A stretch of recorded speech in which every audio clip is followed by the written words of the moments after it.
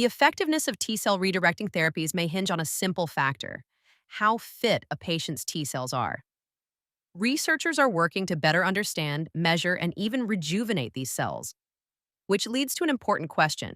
Should T-cells be profiled for fitness before using T-cell redirecting therapies? T-cell redirecting therapies, or bispecific antibodies, treatments where we use the body's own immune system, recruit the body's own T-cells. They're called killer T-cells. So their normal job is to get rid of cells that shouldn't be there. Either cells that are infected with viruses, if you have a cold, if you have a virus infection, or malignant cells such as myeloma cells. Myeloma cells, though, have a tendency to hide from the immune system and then grow. So what we do with these bispecific antibodies is that we have an antibody that looks like a Y, where one arm holds onto the myeloma cells. And there are several different targets that we have there: BCMA, GPRC5D, those are the approved ones. There's trials ongoing also with FCHR5. So different types of targets that you can hold on to or bind to on the myeloma cell. The other arm binds to CD3 on the T cells. So you recruit the T cells, bring them close to the myeloma cell, and then show them that this is the cell, activate them, and show them that this is the cell that should not be here, that you should get rid of. The key is, though, to have T cells that you can recruit and that are active and that are not exhausted. So if you recruit them, you want to be able to activate them so they can then do their job and kill the myeloma cells. Why do these treatments not work for everyone?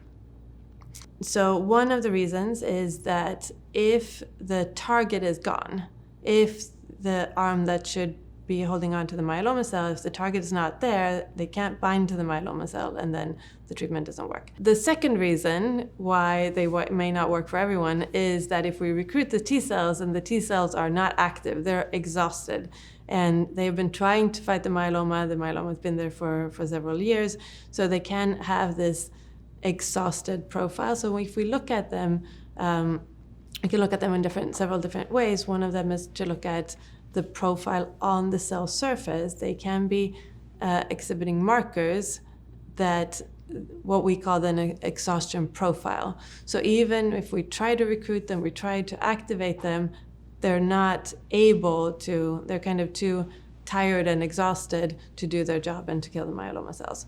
So yes, this would be great if we would have a standard assay or a way to look at these cells and see, is this a patient where we have healthy T cells where we can recruit them and we can help kill the myeloma cells. So there are, different markers on the surface of the T cells that can help decide, are they fit or not. So basically the markers that show that either the T cells are naive phenotype or memory phenotype.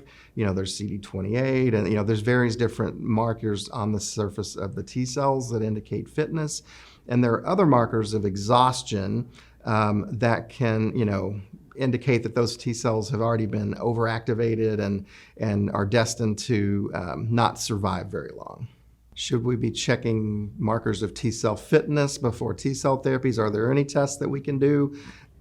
There are a lot of research studies that have indicated that better T cell fitness can improve outcomes after T cell therapy, whether it's CAR T cells or bispecifics. And markers of T cell exhaustion can indicate a higher risk of early relapse after CAR T cell therapy. The problem is that right now there's not really a commercially available test that most patients would be able to run on their T cells, and it probably also changes over time. It's really a function of what those T cells look like right on the day of the collection, probably. Can exhausted T cells be reactivated?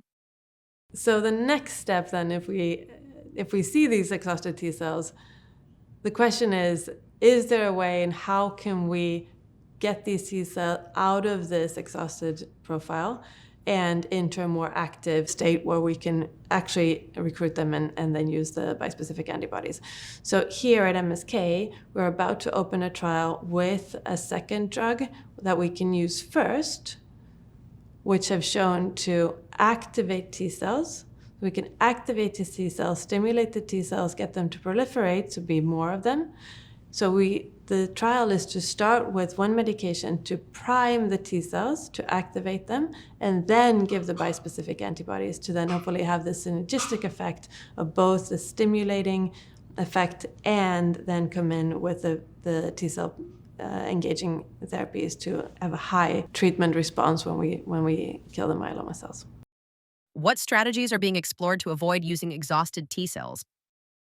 We are trying to do studies now where we collect those T cells before patients start therapy. For example, in the CARTITUDE-6 and some groups of the CARTITUDE-2 studies, we're actually collecting those T cells before they start their induction therapy to see if that makes any difference on having more fit T cells and longer lasting T cells. I think it is going to be important. It is something that we'll probably be measuring down the road, but it's not something that's widely available at the moment. Using healthy or revitalized T cells could make T cell redirecting treatments stronger, longer lasting, and more effective. If you want to be able to participate in studies similar to what was mentioned in this video, HealthTree offers a free clinical trial finder. Visit HealthTree and find a personalized list of clinical trials you can join today.